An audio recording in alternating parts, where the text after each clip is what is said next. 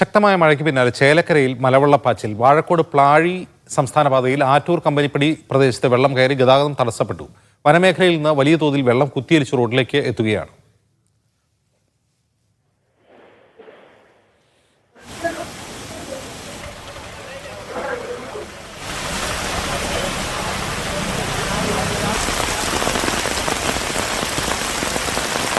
നടരാജ് പരശുറാം വിവരങ്ങളുമായി ചേരും. നടരാജ്, ഇത് എവിടെ പെയ്യുന്ന മഴയാണ് മലവെള്ളപ്പാച്ചിലായി എത്തുന്നത്?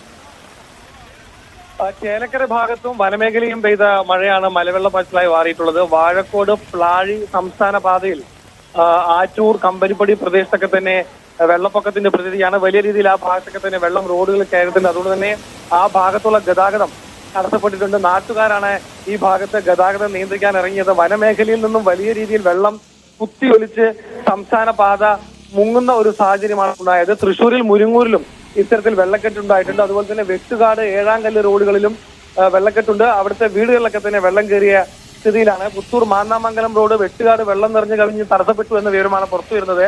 പുത്തൻകാട് കരിമ്പനച്ചിറ റോഡ് തോടായി മാറി കഴിഞ്ഞിരിക്കുന്നുവെന്നും പ്രദേശവാസികൾ അറിയിക്കുന്നുണ്ട്. ചില വീട്ടുകാരെ ഇവിടെ നിന്നും മാറ്റി പാർപ്പിച്ചിട്ടുണ്ട്. അജിത്, ശരി നടരാജ്.